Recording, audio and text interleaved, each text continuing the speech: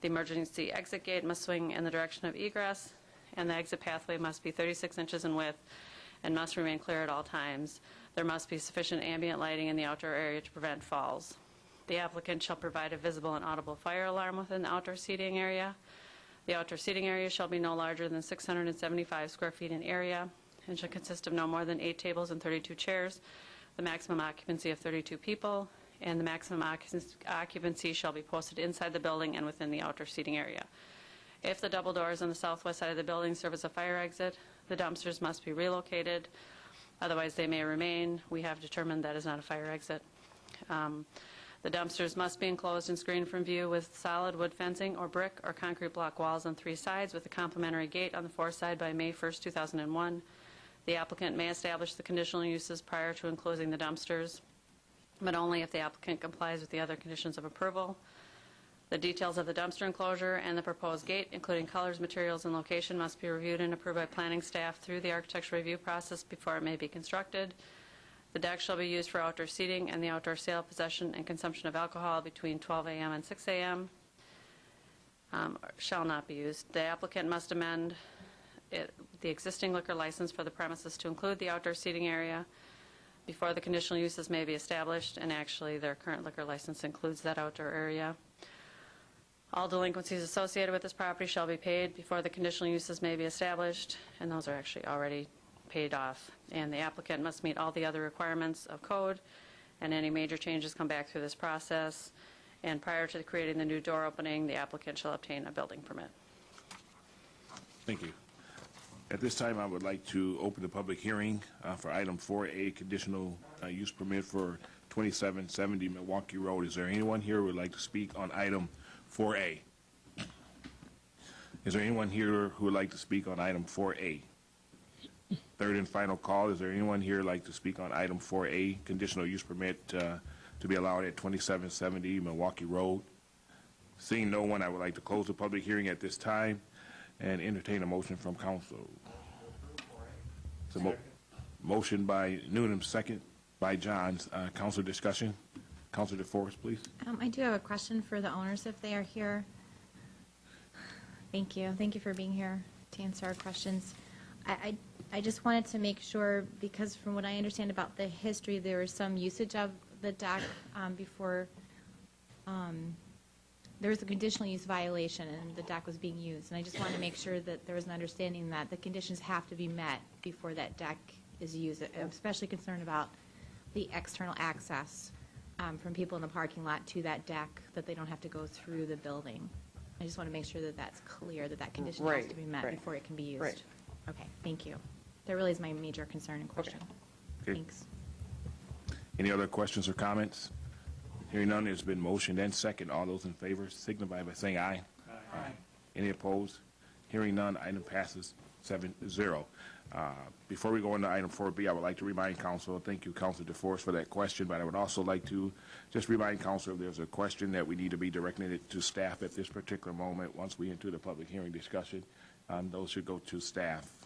Okay, thank you. Item 4B, please. Item 4B is a proposed ordinance amending the zoning district map for property located at 1223 Park Avenue from PUD Planned Unit Development District to C2 Neighborhood Commercial District. There is a request to have the first reading and suspend the rules for the second reading. Plan Commission recommended approval 6-0. Thank you. Staff presentation, please. Hendricks Development and State Land Properties, LLC, is applying for the rezoning of a portion of the property located at 1223 Park Avenue from PUD to C2. This property, as it currently stands, includes a Save-A-Lot retail store and parking lot and vacant commercial land. The south 87.5 feet of the property, which is essentially green space along White Avenue, is the subject of the rezoning request.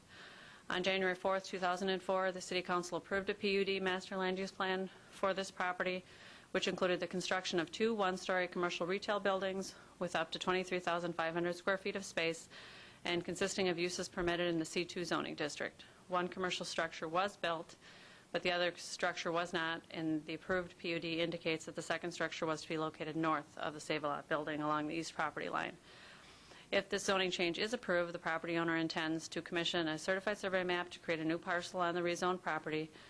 Without the creation of a new parcel, the rezoned portion of the property may not be developed. This rezoning is consistent with the city's comprehensive plan, which recommends neighborhood commercial uses and a zoning district classification of C2 neighborhood commercial. Plan Commission held a public hearing and recommended approval of this rezoning request. Thank you. I would like to open up a public hearing for item 4B. Is there anyone here who'd like to speak on item 4B? Is there anyone here who'd like to speak on item 4B? Third and final call. Is there anyone here who would like to speak on item 4B? Not, I would like to close the public hearing. And this is we need a motion to suspend the rules. Move to suspend the rules, Mr. President. Motion by Van der Bogaert, second by Haynes to suspend the rules. All in favor? Aye. Any opposed? To the merits of the motion, is there a motion? Motion by Noonan, second by DeForest. Any councilor comments or discussion? Seeing none, all those in favor of approving item 4B, say aye. Aye. Any opposed? Hearing none, item passes 7-0. Item 4C, please. Item 4C is a resolution approving the vacation of a portion of the Water Street right-of-way in the city of Beloit, Rock County, Wisconsin. There was a Plan Commission recommendation for approval, 6-0. Staff presentation, please. On September 2nd, 2008, the City Council approved the Mill Street redevelopment plan, which included the realignment of Water Street, the transit transfer facility, a new public parking lot, the expansion and reconfiguration of City Hall public parking lot, the Regal Beloit private parking lot, and the U.S. Post Office parking lot. On May 4th, 2009, the City Council approved the final plat, which created the new lots for the uses in the Mill Street redevelopment plan and dedicated the new water and Mill Streets. The old rights-of-way could not be vacated until the new streets were constructed in their new alignment. Once the new streets were constructed, the Engineering Division commissioned the plats of vacation, which are on your agenda for action tonight. The first vacation is a portion of Water Street. If this vacation is approved, the land will be returned to the adjacent property owners. The portion of the right-of-way labeled Vacation A will return to the City of Beloit and be attached to the outlot west of the water utility pump house property. The portion of the right-of-way labeled Vacation B will return to the City of Beloit and be attached to the water utility pump house property. The portion of the right-of-way labeled Vacation C will return to the City of Beloit and be attached to the bike and pedestrian path property. And the portion of the right-of-way labeled Vacation D will return to the owner of the post office property and be attached to that property. Plan Commission held a public hearing on this request and recommended approval. Thank you. At this time, I would like to open up the public hearing for item 4C. Is there anyone who wishes to speak on item 4C? Anyone would like to speak on item 4C this evening? Third and final call. Anyone would like to speak on item 4C? Seeing none, I would close the public hearing and entertain a motion from council. I would move to approve 4C. It's been motioned by Dench, second by Johns. Any councilor comments or discussion? Councilor DeForest. I do have a question for the staff in this case. Ms. Christensen, I'm having trouble deciphering the map that was provided. Which part is Vacation D that we are returning to the post office? Is that part of our, or does that border our bike and pedestrian path, and who will maintain that? Essentially, if you look at this map, you're going to return a portion of the north part of the Water Street, which we don't need anymore. Okay. We kind of adjusted it down. All right. And so it's the land immediately adjacent to their property. And then this piece goes to this piece goes to this piece, and this piece goes to this piece. All right. Thank you for that clarification. Did that answer the second part of your question, Councilor DeForest, about who would maintain it? Well, I'm not as concerned about it now that I see where it's located. All right, thank you. Thank you. There is a motion and a second. All in favor of approving item 4C signify by saying aye. Aye. Any opposed? Hearing none, item passes 7-0. Item 4D, please. Item 4D is a resolution approving the vacation of a portion of the Mill Street right-of-way in the city of Beloit, Rock County, Wisconsin. There was a Plan Commission recommendation for approval, 6-0. Thank you. Mrs. Christensen, please. This is the second vacation from the Mill Street redevelopment plan. This is a portion of Mill Street with the realignment of the City Hall parking lot. This portion of the Mill Street right-of-way is no longer needed. The plat of vacation shows the area to be vacated and provides a legal description of that property. If it's approved, the land will be returned to the adjacent property owners. And in this case, the portion labeled Vacation A will be returned to Regal Beloit and attached to the existing parking lot property. The portion of the right-of-way labeled Vacation B will be returned to the City of Beloit and be attached to the existing parking lot property. Planning Commission held a public hearing and recommended approval. Thank you. At this time, once again, I will open up the public hearing for item 4D. Is there anyone here who would like to speak on item 4D? Anyone here like to speak on item 4D? Third and final call. Anyone here who would like to speak on item 4D? Seeing none, I would close the public hearing at this time and entertain a motion from council. Move to approve. Second. Been motioned by Haynes, second by Van der Bogart. Any council discussion? Seeing none, all those in favor say aye. Aye. Any opposed? Hearing none, item passes 7-0. Item 5, citizens' participation. We have reached a time on our agenda where it's time for citizens' participation. Anyone who would like to speak could come forward at this time. We won't limit you to the 3-minute time. However, we ask you to be respectful of the time. For those that would like to speak, I do have one citizens' participation sign-up sheet. If there's anyone else who would like to speak that did not get a chance to sign up the sheet, you're still welcome to come up, but we'd ask you to fill out a sheet that's in the back. At this time, if there's any citizens that would like to speak, please step forward, state your name and address, please. Patrick Masur, 2134 Thomas. We've been having a little bit of issue with code enforcement out there, and we've called.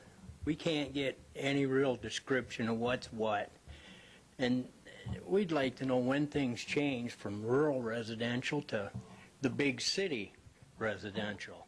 We have no curb gutter or anything out there, and you're enforcing codes on our area. I've got signatures from everybody, every landowner out there, that we either want to go back to Turtle Township or get the codes changed. And we're going to get a group together and get legal representation to see what we can do.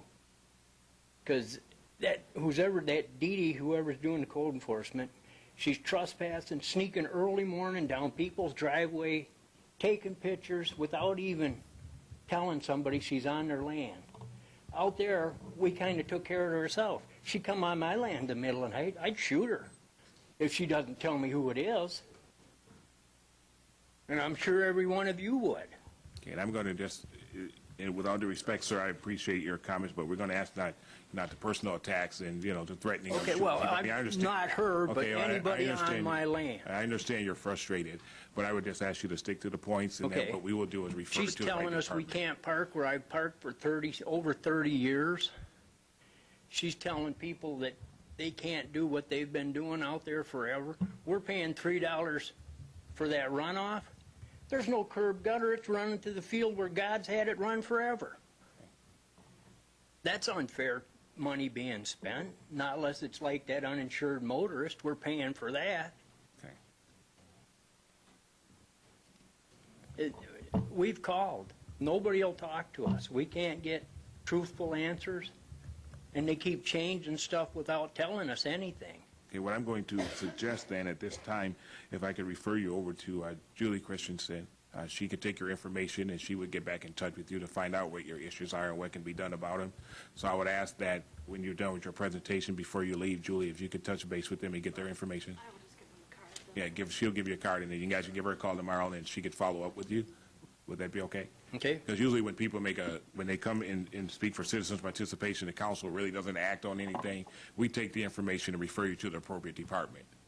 We just want to be left alone the way it was. We had horses, I've had cows, and they've changed things. You can't have anything out there anymore.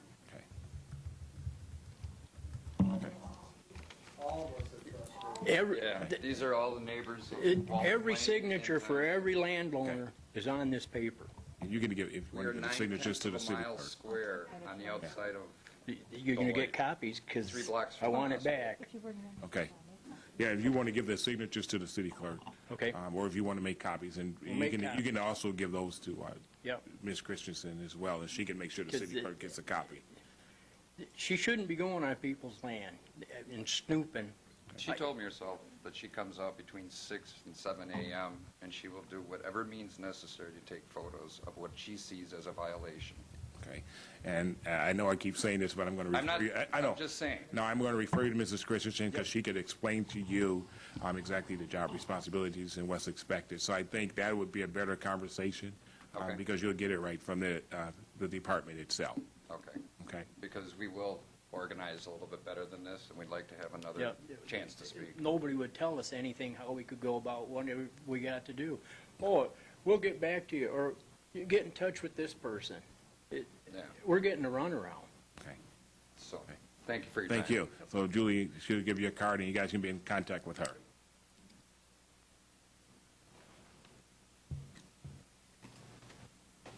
Do you have a question? Sure. Councilor DeForest? Can I ask a clarifying question? Would you mind sharing, I think I heard, I'd like to know what specific code enforcement issues you're concerned about. I think I heard an issue about where you can park, and then you had an issue with our pet and animal ordinance, is that what I heard? If you could be specific about what the concerns are. And what we're going to need to do. We have a lot of other things that we can bring up. You know, one Okay. person is maybe a pet owner situation, another person it's a parking violation, another person it's the city's garbage on private property and making them clean it up. That's not right. So let me suggest this. Once they get in contact with Julie, and as you said, as you go through and if you organize and make a list of things that you are questioning or you have problems with, and present that with Julie, and then that way she will. Yeah, I mean, if you could present it to her, she will. We are the people, if we want out of the city, and we've got 100%. Okay, whoa, wait. Please, no, we can't. I mean, I can't allow just people to start shouting out, okay? And I'm not trying to be rude. I'm really not. We've heard your concerns. The direct. Sir, and I understand. But what I want you to do is please talk to Julie, develop a list, and you guys talk to her, because I cannot allow just everyone to start shouting out what the problem is. I think, as you said, sir, if you get an organized list, talk it over with Julie, and she'll be in contact with the council, and I know I will follow up with her to make sure that things are happening, so at least we'll know what's going on. So I ask you, you have her card, and if you guys could do that, I would greatly appreciate it. Okay? Thank you. Thank you. Jackie Gannett, please. Thank you.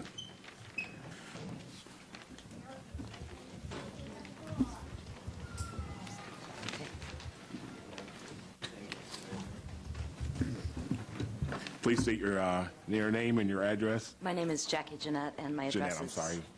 W8473 Smock Valley Road, You can lower the mic. Monroe, Wisconsin. And I'm Kathleen Brass with the Downtown Beloit Association, and I'm just going to start at 500 Public Avenue, and my home address is 725 Bushnell Street in Beloit. I'm going to start, and then Jackie will speak as an owner of Bushel and Peck's, to the owner's perspective about the offer to purchase that's on the agenda tonight for the City Council to consider a resolution offering the city manager to enter into that contract. I just want to give a little bit of background. In 2004, when I started my job, the city had just purchased, within just a few months, that building that was the old Woolworths building. And it had been known by many names and many different businesses that had some much more successful than others and had many lives. And the facade showed that. If you remember it, it had a stucco front, didn't look anything like its original integrity of a building, which we care very much about in historic preservation downtown. The city had purchased it as a business retention effort with a local business to offer more parking, because that was something that was requested. And as that need subsided, because the business laid off, I believe, 70 workers, we stepped forward and started working with the new city manager, which was Larry Arft, to develop a community-initiated development project, which was under our facilitation. And we had a team that helped manage that.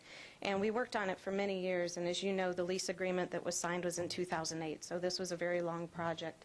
And what we wanted to see was this building not torn down and made into a parking lot. And if you stand at that intersection of State and Grand and imagine that building gone, you can only imagine what it would have done to the property values on that side of the street and in the 300 block of State Street.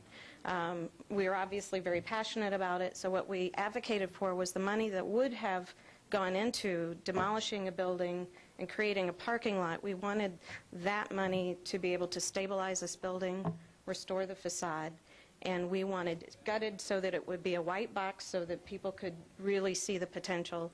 If you would walk through it, there were many partition walls in there and an old business that had a lot of history that we wanted to erase so that there would be a clean slate.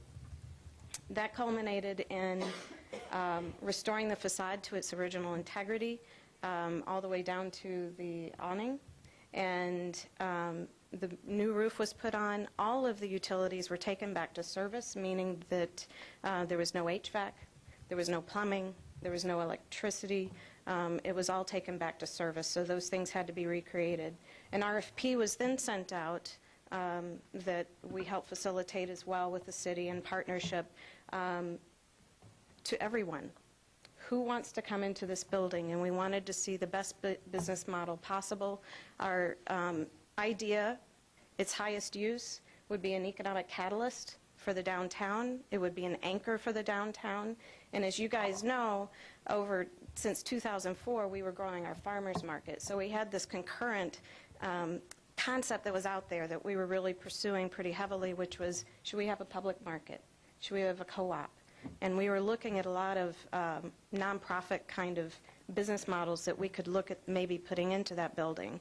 But in the end, we really felt that a private business was going to be a whole lot more successful and be able to move with the economic climate and their consumers' needs more quickly than something that had a board of directors or a co-op which has a lot of owners to try to move with the patrons' needs. So an RFP went out, which means that it gave every business in the downtown and every business in the region, every prospective developer an opportunity to step forward with a viable business plan, and they would vie for the top choice. And there was a team that reviewed all of these anyone that came forward. Bushel and Peck's won out, and luckily we have been talking to them for some time, about a year and a half, really talking about this business model, which I don't think they had really conceived of at the time, but they were very successful with their own venture into farming and owning a farm in Monroe, Grass is Greener Gardens, and really developing a brand new business that was very successful, and they were at our farmers market. They were our farmers market vendors. So yes, they vied for the RFP, and they won. And just as you enter into many developers' agreements, when you send out a request for proposals, there was a developers' agreement that was in partnership to help them get started, because in any commercial property, you cannot rent it out for lease without electricity or plumbing or HVAC. And so there was an incentive that came out of the TIF district, TID number 5, and it essentially covered the HVAC. Bushel and Peck's, the owners of Bushel and Peck's, Rich and Jackie Jeanette and Rich Horbachevsky, invested in all of the electricity. They invested at the time in March of 2008 when the lease agreement was signed. We projected it to be $347,000 to build out the rest of it, which means the property has been improved. And then I believe there was quite a bit more that was invested in their own personal property beyond that. So certainly the building has been improved greatly. And there is not only that, which we care about for the value of adjacent properties and for the district as a whole, but we really wanted it to be an economic catalyst. And it has been. It's really paid off in spades, I think, especially when we look at the downturn of the market. We've seen adjacent businesses grow and maintain in a difficult climate. And in a difficult real estate market, property values are continue to stay the course as best they can.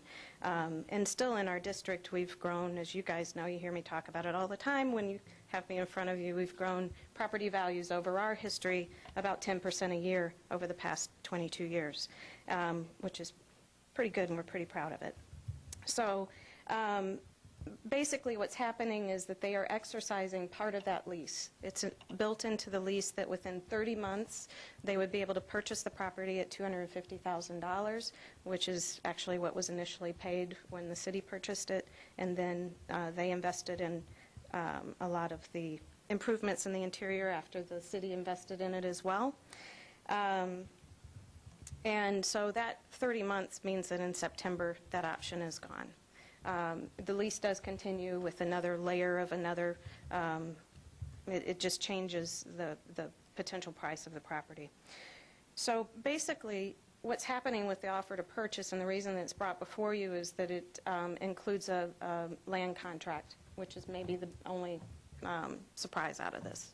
But we, Jackie and Rich have, actually they had some of our local banks downtown had, people that they knew had given them this idea, and they had gone conventional as well. And people are willing to, banks are willing to loan on businesses and business expansions, but not as much on the commercial real estate end of it. So this is, what's interesting, I think, about this for the city is that they are released with this agreement from maintenance expenses in the future, which they are currently liable for.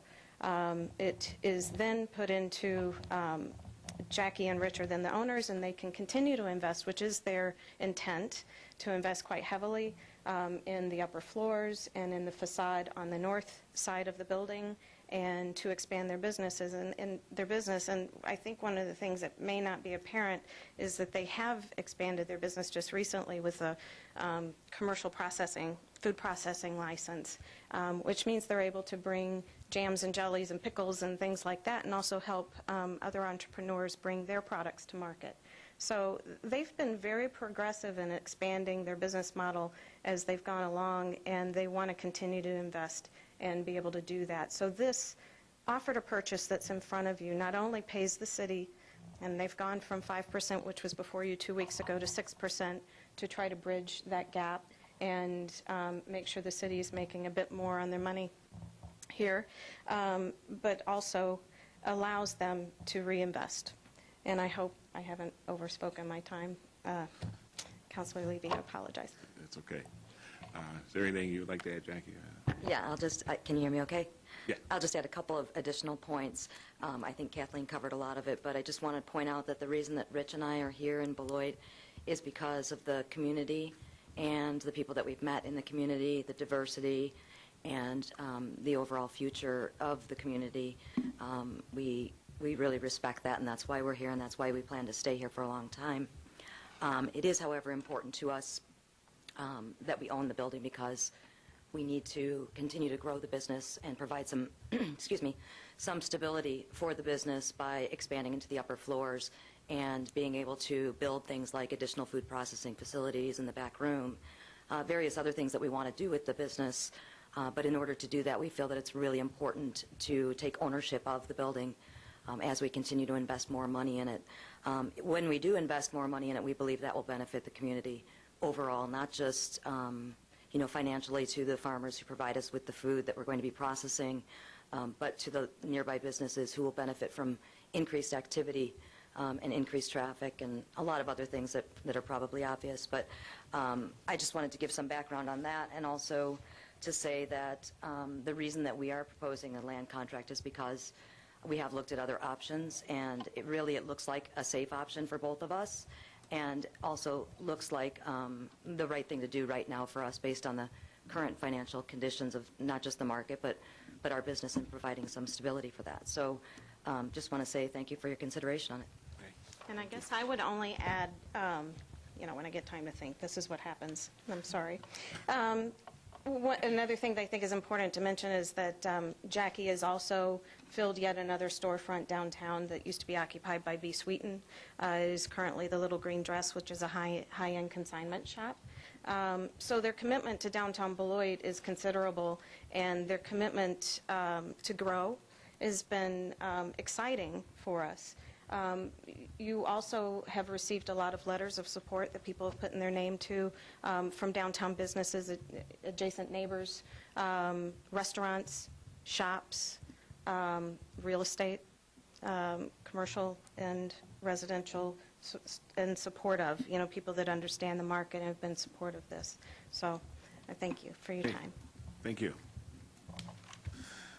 Anyone else would like to speak under citizens' participation? Seeing no one else, I would like to close that portion of the agenda. We go to item number 6, which is the consent agenda. All items listed under the consent agenda are considered routine and will be enacted by one motion.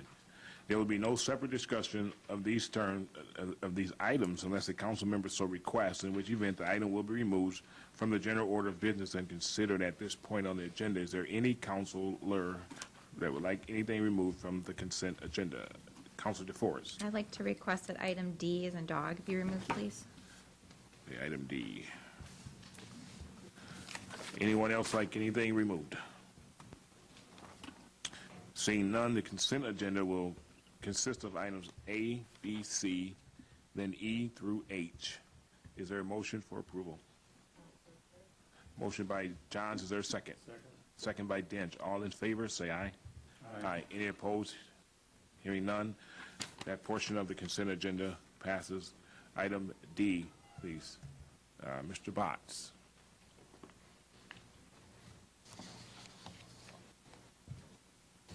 This is a resolution authorizing final payment of Public Works contract C07-03, Beloit Public Library. The project has been completed. The reviews of the project have also been completed to the satisfactory of the engineering department, and the attorney's review has reviewed it and believe that all the contract has been satisfied, and at this time we're asking the council to approve a final payment to the company that constructed the library for us. Councilor DeForest, you have a specific question? I just can't figure out, and I'm sorry that I have to ask this, it probably seems like a stupid question, but the library was completed over a year ago. Why are we just seeing this now? I understand you had to do reviews. A final payment? Yeah. Because we wait till all the warranty stuff is completed and everything's done before we make a final payment on any project. So what wasn't completed? There's probably warranty items we wait till it gets done, until if there's anything that needed to be completed is done. And then we approve it's all and make a final payment. Okay. So this is typical that it would take a year out Yes. on a project This is a of this big scope? project. Okay. All right, just wanted to make sure, just from a layman's perspective, I didn't know, so thank you. Anything else? Any other councilor has any other questions? Seeing none, I'll entertain a motion at this time. Motion by Haynes, is there a second? Second by Johns. All in favor, say aye. Aye. Any opposed? Hearing none, item passes 7-0. Item 7 is ordinances. We have none. Item 8, appointments. We have none. Item 9, councilor activities and upcoming events. Councilor DeForest. I'd like to report that I had a busy and full weekend with fun Beloit events. I was able to attend a Snappers game and excited to see a pretty full house there of people in attendance and lots of families with children enjoying themselves. So a great family wholesome activity that we have available in Beloit. So was pleased to be able to participate in that. And then also wanted to thank those individuals that assisted with the Corn Boil fundraiser for the Hands of Faith Emergency Family Shelter that was held at the Rock, and appreciate those businesses that donated items to assist with that fundraiser, and want to thank, most of you might not realize that organization is almost entirely volunteer run. There's very good staff, and it's run by community members whose churches voluntarily host homeless shelter stays at churches throughout our community. So I want to thank our community for pulling together to assist those families in need, and was pleased to be able to support them at that fundraiser.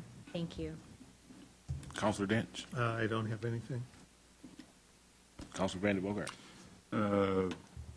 Take advantage of the night out, National Night Out tomorrow evening a number of block parties held all across the city. I know I'll be in attendance at some of them. I'm sure that some of my fellow councilors will as well.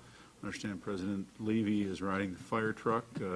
I'm hoping to bicycle, but if it's raining, maybe I'll join him on the fire truck.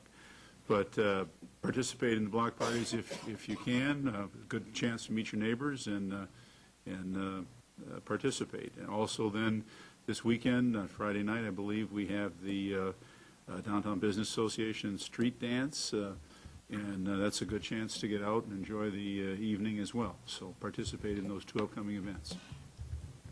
Councilor Haynes. I had nothing. Councilor Johns. I pass.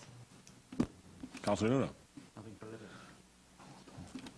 And I would just like to thank Councilor Dench and Councilor Haynes and all of the volunteers that walked with us as we walked the west side of town on last Monday evening.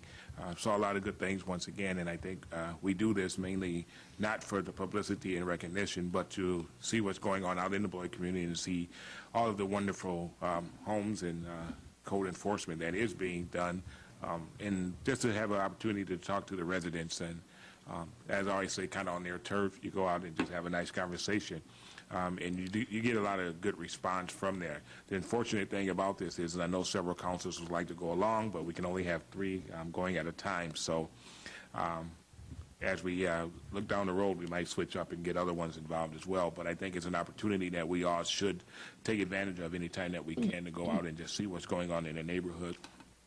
And that's all the comments that I've had. At this time, we have the city manager's presentation. And this consists of a presentation on the transit route changes. The transit division is looking to make some changes to some of the routes that they serve around through Beloit. And part of their responsibility in order to do these, they're declaring this as basically some major changes to the system. Minor changes we can do without having public hearings. But we did this. We had a public hearing last Thursday at the Transit Center. They got all their riders involved, so all the ones who could may be affected by these routes were able to come, talk about it, review it, what they're proposing to do. One of the biggest things that you're going to see on these changes is the adjustment to 40-minute routes.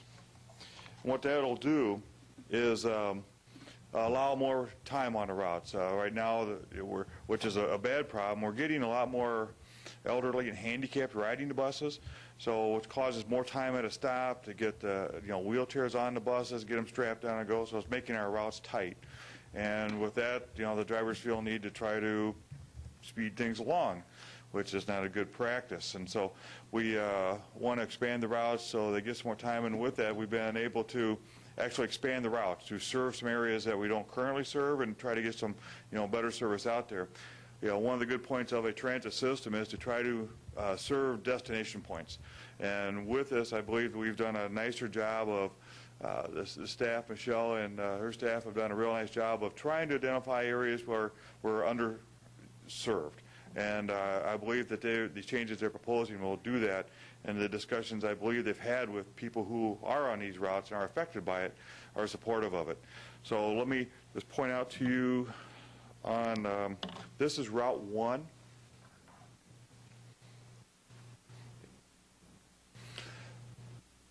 What currently now, it starts at the transfer site down here and goes up. And it used to run out Madison Road. But there isn't, they found out there wasn't a lot of passengers getting on the bus on Madison Road. It's primarily commercial there. So the ridership there wasn't happening much because most people coming here want to get out to Woodman's. So what this route now does, it goes up through the neighborhoods so it can catch the people a little bit on Madison Road, and then it gets out to the Woodman's area. And then it comes back down Burton, which it used to not do that. We've got the apartment house out here. We've got an elderly apartment building up here and some other locations. It used to come back down along Olympian and back down. Now it'll go out Burton, come down 6th Street. It'll come back up at Olympian to catch the Olympian Street apartments there, and then come down Hackett to Liberty, back down the transfer center. This change really serves a bunch of areas that we currently had not served in the past that And if you go out there and watch on the new bike path out along Burton, there's a lot of people walking that area out there. So this gives an opportunity for those folks to ride a bus. You know, we certainly don't want to take away from their healthy activity, but we would like for them to ride a bus in the bad weather.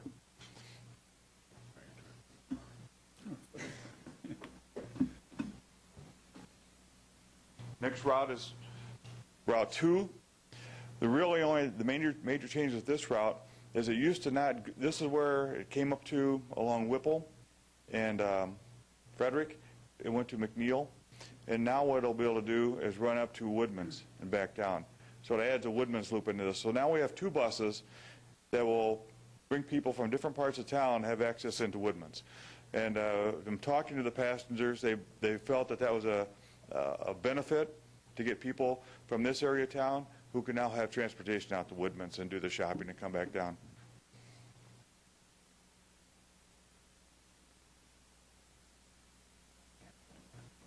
This one's going to be a little bit more challenging to read just because of the way the map's set up. But one of the improvements on this route will be it goes out, this is the hospital route. It goes out to the hospital and comes back down. And there's two routes in here. There's a third, Route 3 outbound, Route 3 inbound. And what they do is they're going to, one of the big changes is they used to go through Harvey, and they're going to run it down and go down Copeland, and they'll take Copeland over, cross Park Avenue, go into the mall area or the where the human services are, and then back down to the transfer site. That piece was never in there before, and it used to run down Harvey and then down Park Avenue all the way back down. They found that there weren't a lot of riders on Harvey, and now they're taking it down into Copeland, where, in fact, when I was meeting with Michelle and going over this, she had a phone call from one person that was excited that now she doesn't have to walk up to Harvey to get on the bus. It's now a block from her house. She said, I got two neighbors who will ride the bus now because they didn't want to walk all the way up there, especially in the bad winter. So the intent was to try to get it into areas where we know we have transit-dependent people or people who would like to use the bus, but, you know, of course, they want to walk, and then bad weather, it's, you know, it gives them opportunity to get on the bus. And moving these things to 40 minutes rather than 30 adds that 10 minutes in there, which doesn't seem like a lot, but, you know, when you're counting, you know, 30 seconds, you know, a minute on different bus stops and things like that, it really helps out. So those are the basic changes we're making to the system. These have been, like we said, brought forward to the community last week, and then what they'll do is they'll make this presentation or send information off to the FTA for final approval of the route changes, and they'll move forward with them. So I'd like to offer any opportunity for questions or comments that the council may have. Councilor DeForest. I was able to attend the public hearing at the Transit Center, and first of all, I just have to commend Michelle and her staff, and you, of course, Dave, how exciting to make sure that the public hearing was at where the people who use the service. It really worked well to have it there. It makes sense to have it at the Transit Center, and it was a cross-section of time, so I really appreciate that, and they did have some good attendance there. I was able to speak with some riders and with some drivers who feel really good. I heard nothing but good things about the route changes. A lot of people excited about having two West Side routes that go out to Woodman's. That was an issue. And I'm personally excited, this wasn't brought up, but the Aldridge students will not have to cross the street now. They had to cross the street before to pick up the bus coming back. So I'm really excited about that we've worked that, but then we've also managed to accommodate can-do. So I'm really excited about those changes. And our transit system is incredible in terms of always thinking about customer service, that they want to make sure they take the time to help and assist people get on and off the bus. And so the increase in time makes a lot of sense to me, so I'm really pleased with it and just want to congratulate the staff on the work on this. Well, thank you. They work really hard to try to meet the needs of their customers, and it's a great staff. They really do work hard at doing that. Yes, absolutely. Thank you. Councilor Newcomb. Thank you. I wanted to just echo with Councilor Forrest's great comments. I think she summed it up perfectly. The only thing I would add is that I was really thankful that a big part of what brought this forward, too, was your understanding of the needs of many people that are handicapped. They had more needs for time issues, trying to get on and off. So thank you very much for trying to take care of everyone in our community. And actually, it's a money saver for us to offer more routes where handicapped people can use it, because if we didn't have the routes available to them, a number of them may have an opportunity to call the Rock County Specialized Transit. When they do that, we pay for those rides as part of our transit responsibility. So now if we can get them on our bus, it reduces the cost of what it, for providing that service to them. So, we're trying to, it's hard to try to pick up everybody in town, but we'd like to try to give a shot and try to get the most places we can to help them out. Councilor Vanderboer. You said this has to get submitted to FTA, Federal Transit Authority? Correct. And they pass on the route? It's just notification, more or less, to them. We have to notify them whenever we make route changes, because these things are all approved by those guys. They, as part of our federal funding for project for the whole system, they have to approve these things. And so every 3 years, I believe, we have a transit development plan that we update and submit to them. And what we'll do is we're kind of working on that system right now to try to get that in place to submit to them, and this will be part of it. We're just going to do it early because we think it's important to do it now. So somewhere in Washington, there's a bureaucrat who's passing on whether we should go to Woodman's or not? Well, it's probably Chicago, but yes. Okay. Anything else? Any other council comments or discussion? Not Mr. Botts. Thank you for your presentation. Thank you. Item 11, reports from boards and city officers. Item 11A is a resolution authorizing the city manager to enter into a commercial offer to purchase and land contract regarding Bushel and Pex. Thank you. Attorney Casper. Thank you, Mr. President. I'll try not to be repetitive of the staff report I gave at the last meeting, nor the materials and facts that we're going over earlier tonight, but I would point out a couple of things. I have, the manager presented during the agenda portion of the meeting a copy of a revised resolution, a revised land contract, and the changes in those are fairly straightforward. It changed the prior reference to 5% to make it a reference to 6%. When we did that, it also changed the monthly payment and the final payout at the balloon on the land contract. The monthly payment went from some $1,194 to some $1,344, and that's just the contract payment. There will also be additional sums paid for escrows of insurance and taxes, real estate taxes. The final payment went from about $204,000 60 months into it up to $208,000. Other than that, the documents submitted to you up in the side room are the same as what you had before you at the last meeting. But with that, I'll open myself to questions. Thank you. If I can get a motion so we can discuss it. I would move to approve 11A. Second. Motion by Den, seconded by Vanderbogart. Council discussion. Councilor Vanderbogart. That's why I pushed my button, Mr. President, was to make the motion. But Okay. Councilor DeForest. I'd like to ask Mr. Casper, do you have a sense of how cumbersome it would be to include a condition in the terms of this contract that would make conditional the sale of another building that the proposed owners in this agreement, if that were to sell, to have that money then the proceeds come to the city? Could you talk a little bit about the feasibility of that? Surely. That's an item that has not been discussed, at least by me, with the owners or the tenants currently. I can foresee that there would be some hurdles to jump over in terms of, would it be simply the sale of another property would trigger a coming due of the entire balloon amount, or would it be a sale at a certain price? How would you determine what, if any, profit was made, if that's what you're, focusing in on, or the simple fact that it's sold.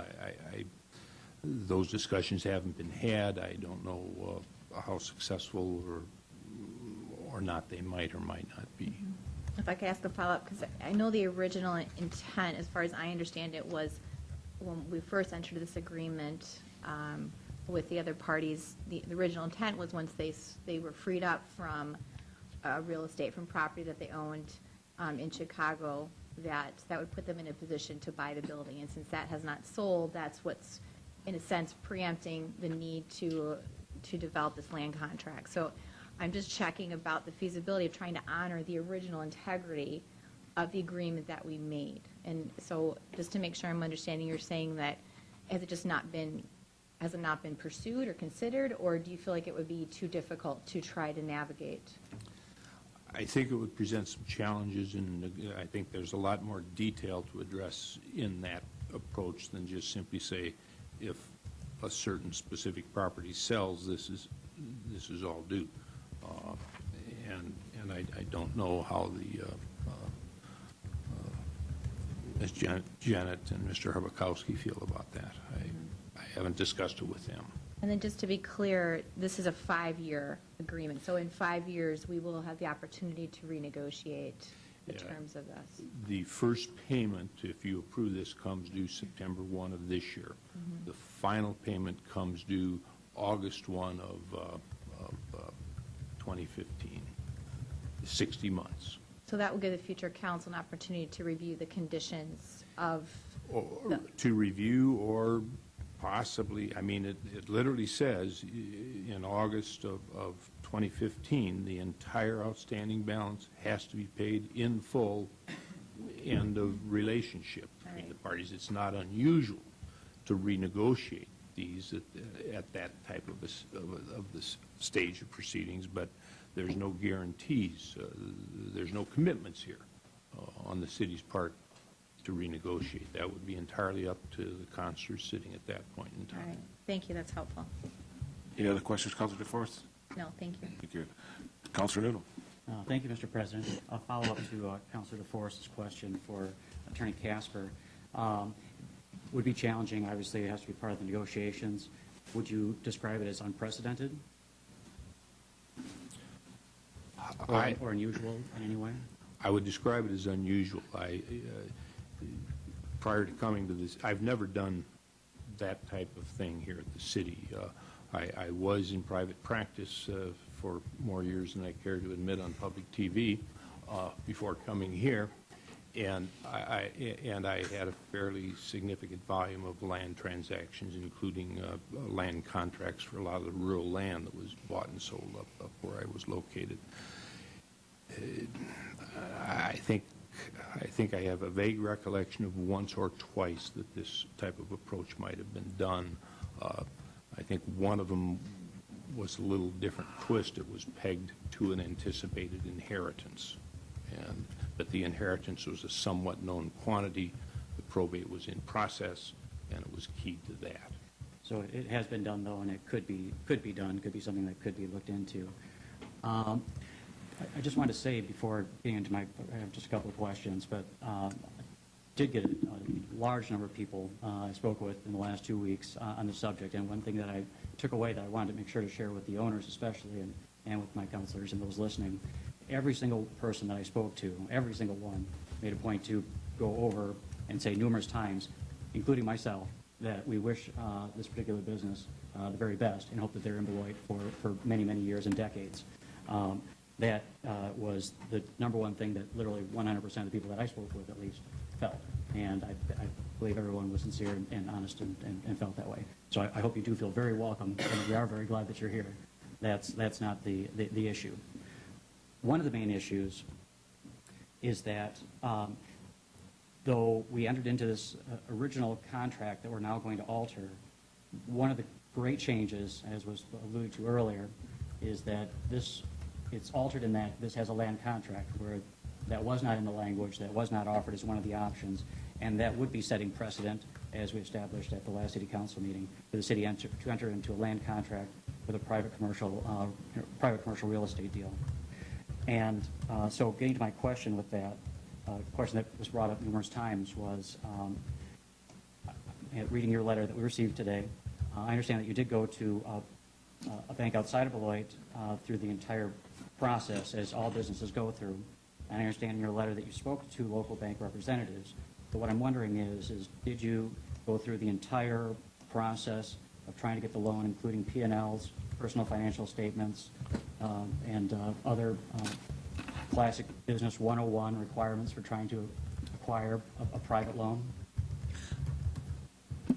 Let me interject here, and I think at this particular moment on the agenda, I think we need to look at, there's a motion and a second on the floor.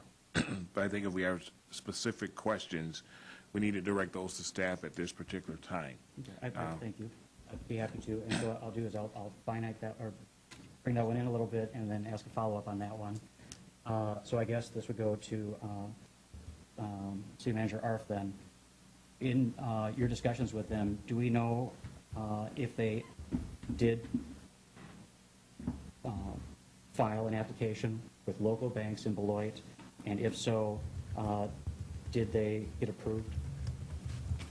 No, I don't know whether they filed an application, how far the paperwork went, or anything of that nature. I know in talking with them extensively, as they provided to you in writing, they did pursue a loan through the bank with whom they have a business relationship. And they were told at that time that they would not loan on commercial real estate. They would do a business loan, probably an SBA, Small Business Administration insured loan. And that was articulated in the write-up that they shared with you. They also shared that they had talked to some of the local bankers. No one used any terminology about whether they had made an application. And it was suggested that a land contract may be used to bridge the current market. As we all know, the credit markets are incredibly tight. And it's very, very difficult to get any kind of financing today in a banking, from a banking relationship. So that led to their request of the city to consider a contract to bridge through until either the banking situation loosens up or the other properties that they own are sold. We don't know when that will happen, probably not in the immediate future, but possibly, hopefully in the next year or so. Let's hope so. For all of our sake. Then a follow-up on that. When you go to a bank currently for this type of business, it is very difficult. Terms are very difficult if you can get something. But certainly in this marketplace, you cannot get a commercial loan for this type of business for less than 8%, and absolutely no longer than 15 to 20 years.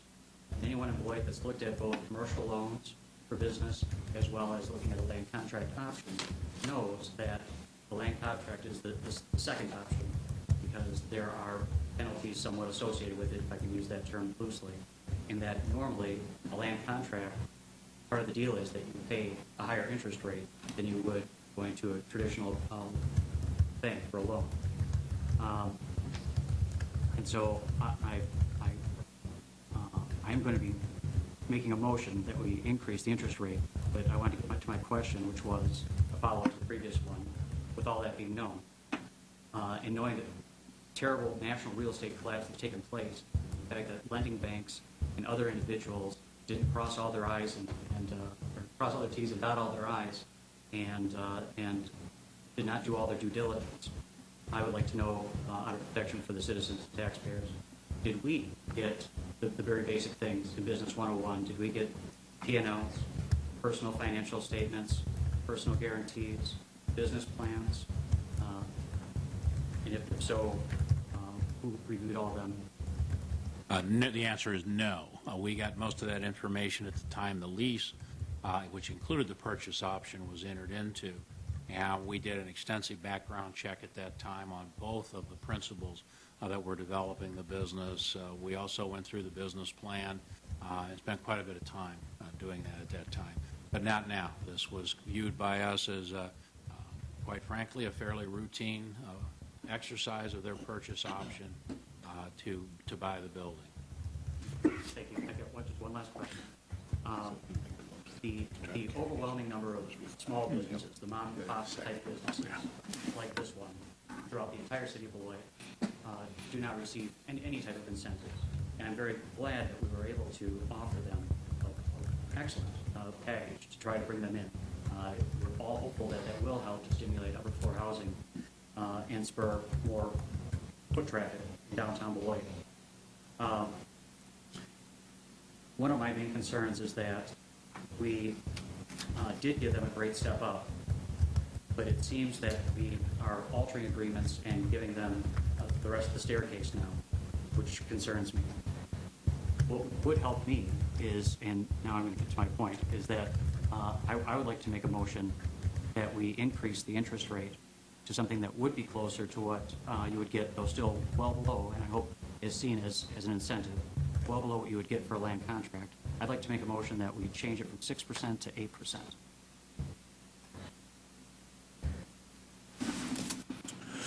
Madam Clerk, procedurally here, there is a motion and a second on the floor. At this time, will I offer up Councilor Noonan's motion and see if we can get if we would get a second on that one, and then if that one failed, we would act on the original one, correct?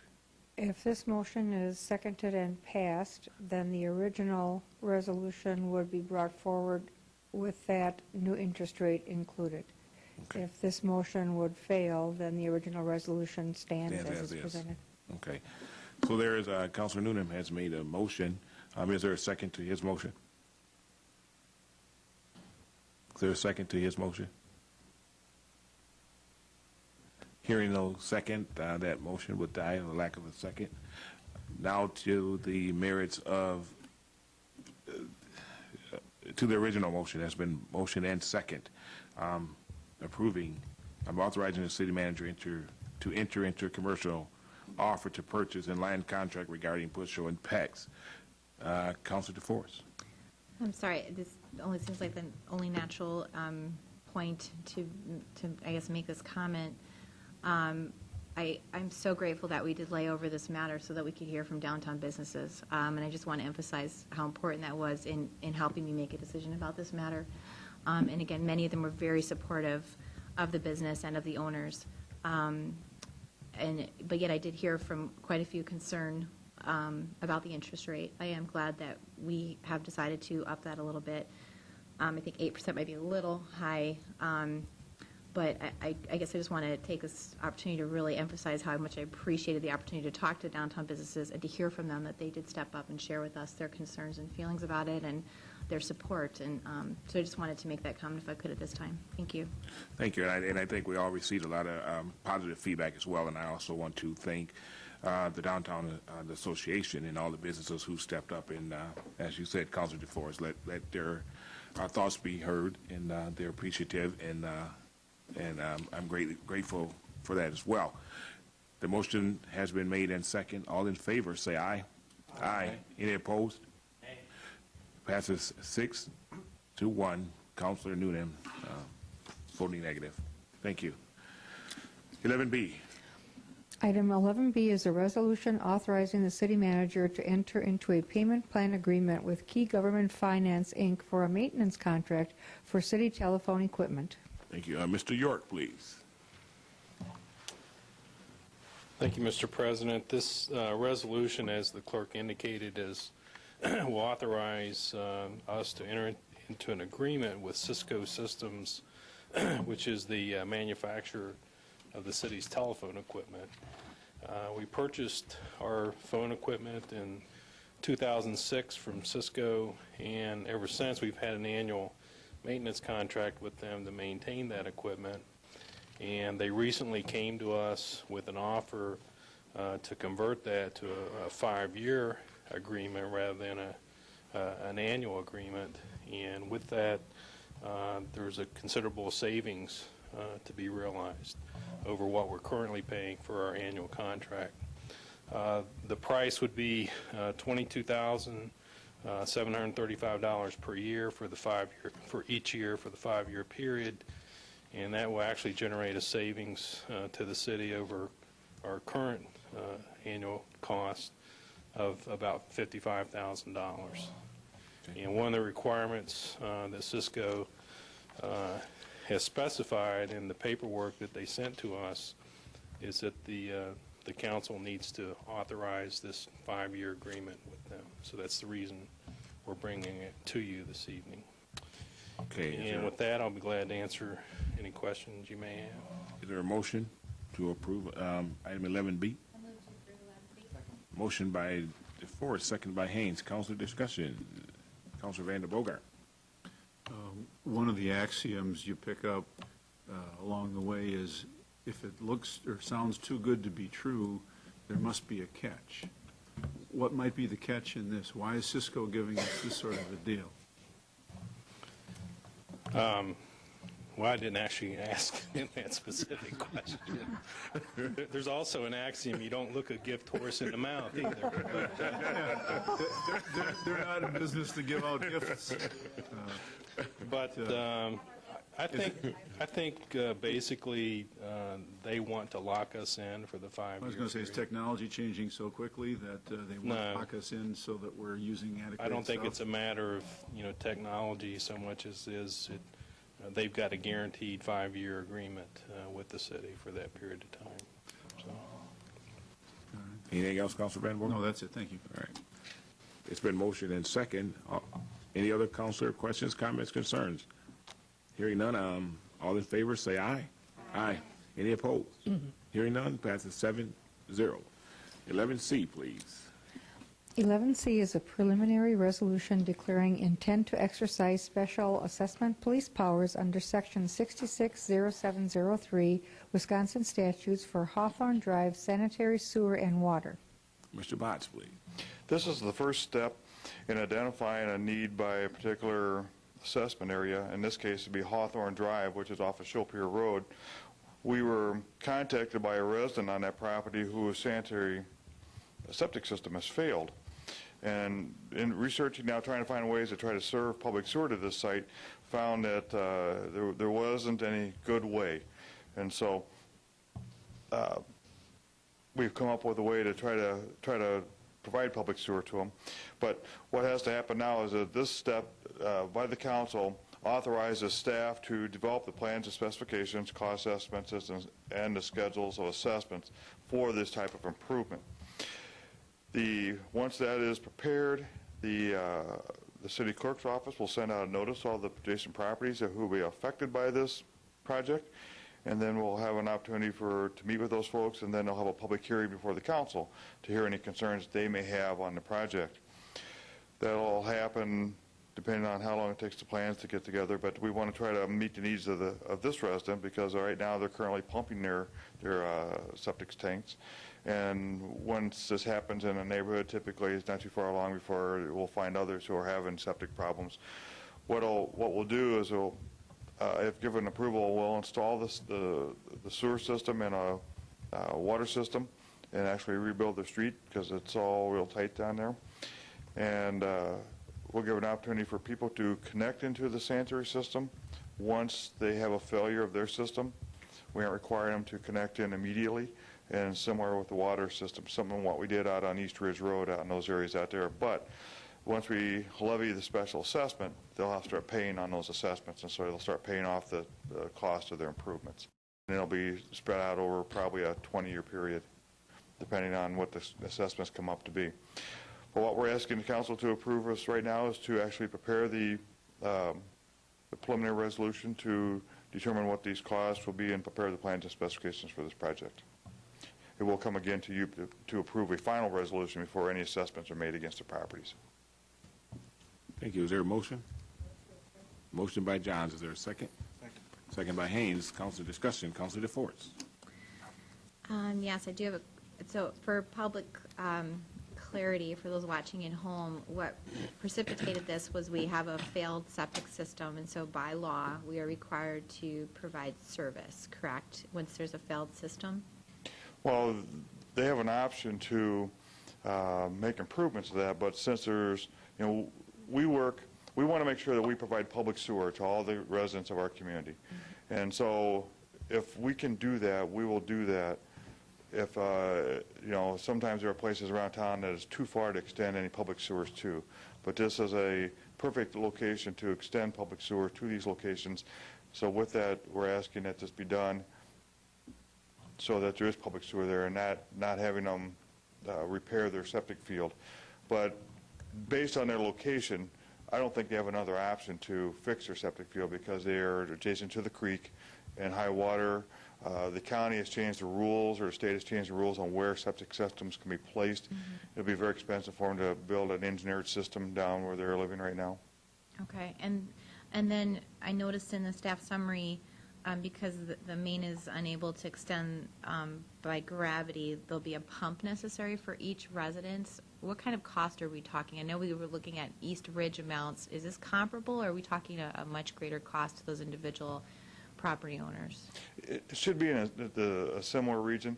I mean, there are a variety of ways to try to do it. We're in contact with a vendor that provides these types of equipment. We have done a system like this out by Casey Court, which is out in the Lather subdivision, where a similar system was installed out there. So we know it works. It's a functional type system. They're used all over the country. So we're I guess, looking for ways to try to best serve at the least amount of cost of these people in the area. And could you make sure that we all receive notice of when you have those public meetings for those Absolutely. residents? Thank you. Thank Anything you. else? No. Okay. Councilor Noonan. Thank you. A follow-up to Councilor DeForest question. Her first one, this Wisconsin State DNR, though, when there's a catastrophic failure of a septic tank, aren't they then required, if they can, to hook up to the city? The county the county asks the question when a septic hauler or someone who does an inspection of the tank reports to the county what they find, and the county then sends us a letter asking if there's public sewer available, and if there is, then they will be required to hook up to the public sewer and not fix their septic system. Or buy a new one? Well, yeah, you can't install a new one. Right. Thank you. And then my other question was, will they have the two options that we had on the table previously for some folks, where they can do it up front or they can do it as a payment plan down the road on their assessment? Well, typically, we put an assessment program out there for them. They can pay that off whenever they want. Okay. All right. Thank you.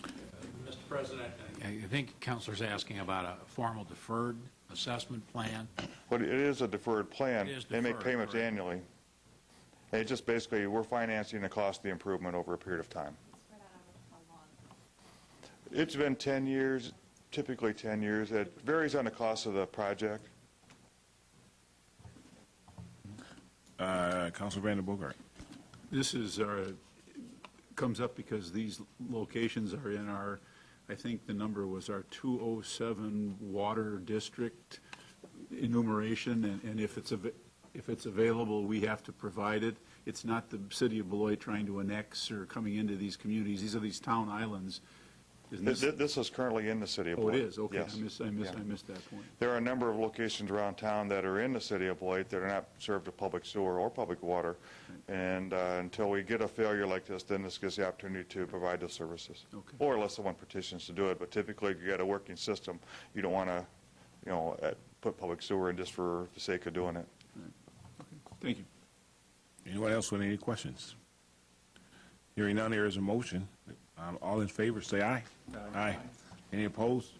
Hearing none, passes 7-0. Item 12, is there a motion to adjourn? Motion by Johns. Is there a second? Second by DeForest. All those in favor, say aye. Aye. Any opposed? Hearing none, we are adjourned.